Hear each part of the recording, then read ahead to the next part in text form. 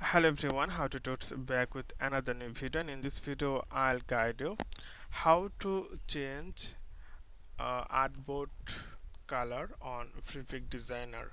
So by default it's a black color. Here you can see it's a black color. So if you want to change the background color, then it's really easy and simple. So what you need to do, you can see the option. This is the color plate. Simply click the color plate.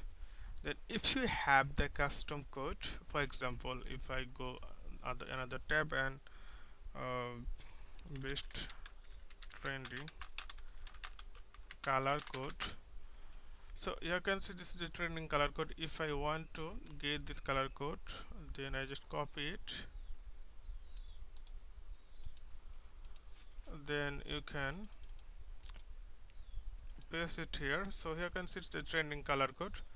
You can change, or if you did, or you can also change the color code manually, like if you want green or maybe magenta, red, purple, so you can change the color here manually. You can increase the brightness. So this way you can change the artboard color on Freepik Designer, and it will be automatically saved. You can see it's saved, so this project will be saved here in future.